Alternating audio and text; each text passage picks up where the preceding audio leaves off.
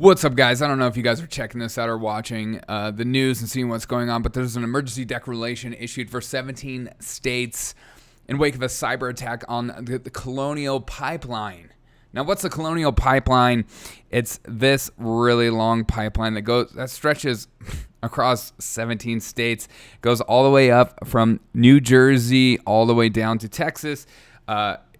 It's very expansive and large and huge. And what happened on Sunday, the U.S. Department of Transportation, which they're ahead of the cyber attack crime regime, issued an emergency declaration for 17 states and the District of Columbia, which is soon to be a state, in wake of a cyber attack on the Colonial pipeline on Friday. So this happened on Friday. The declaration permitted fuel, which still hasn't been fixed, permitted fuel to be transported by road to Alabama, Arkansas, District of Columbia, Delaware, Florida, Georgia, Kentucky, Louisiana, Maryland, Mississippi, New Jersey, New York, North Carolina, Pennsylvania, South Carolina, Tennessee, Texas, and Virginia.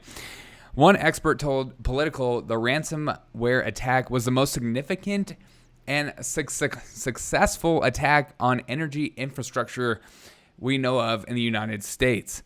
Politico reported the attack on the Colonial pipeline, which runs 5,500 miles and provides nearly half the gasoline,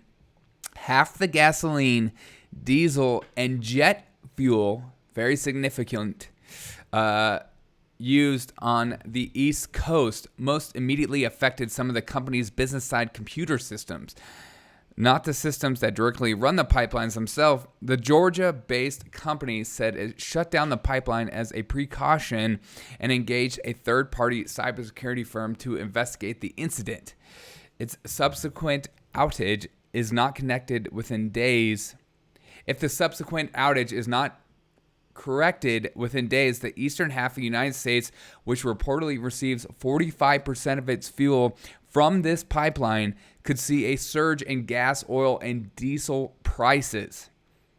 On Sunday, the Colonial issued a statement. The Colonial Pipeline operations team is developing a system restart plan while our main lines, line 1, 2, 3, 4, remain offline. Some smaller lateral lines between the terminals and delivery ports are now operational. We are in the process of restoring service to other laterals who will bring our full system back online only when we believe it's safe to do so. So only when it's safe to do so, in full compliance with the approval of the federal regulations. At this time, our primary focus continues to be the safe and efficient restoration of service to our pipeline system while all minimizing disruption to our customers who rely on the Colonial pipeline.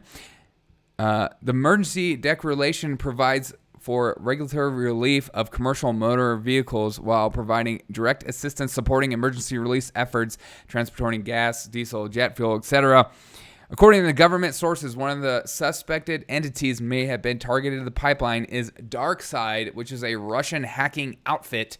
DarkSide has attacked CompuCom, a subsidiary of Office Depot. Why would you go after Office Depot? Who shops there? And also attacked the rental car company Enterprise. Why Enterprise? They have a great track record of leading you towards management. I remember those 90s commercials. The hackers who caused the Colonial pipeline to shut down the biggest U.S. gasoline pipeline on Friday began their blitz against the company a day earlier, stealing a large amount of data before locking computers with ransomware and demanding payment, according to the people familiar with the matter. Bloomberg News reported, adding, the intruders, who are part of a cybercrime gang called DarkSide, took nearly 100 gigabytes of data out of the Alpharetta, Georgia-based company network in just 2 hours on Thursday. Two people involved in Colonial's investigation said. This is reporting from the Daily Wire. But this gas line is insanely huge, and it's still not online as gas prices continue to rise, and also inflation is here, and food prices continue to rise, and people are acting like it's no big deal. You're seeing cryptocurrency rise, you're seeing gold rise, and the dollar shrink as Biden continues to spend, and as people aren't going back to work because they're making more money on unemployment. This just piles onto what is happening. And as Israel and Palestine continue to fight and Hamas is engaged, Russia, Ukraine, China, Taiwan, China is expanding their operations in the sea as we speak with building air base.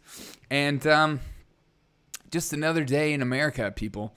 But you're going to see gas prices rise because the effects of this, and it'll happen soon, especially in those southeastern states. So if you're in those southeastern states, just keep an eye on that and be prepared for that as people get nervous and load up on gas just to be ready for it.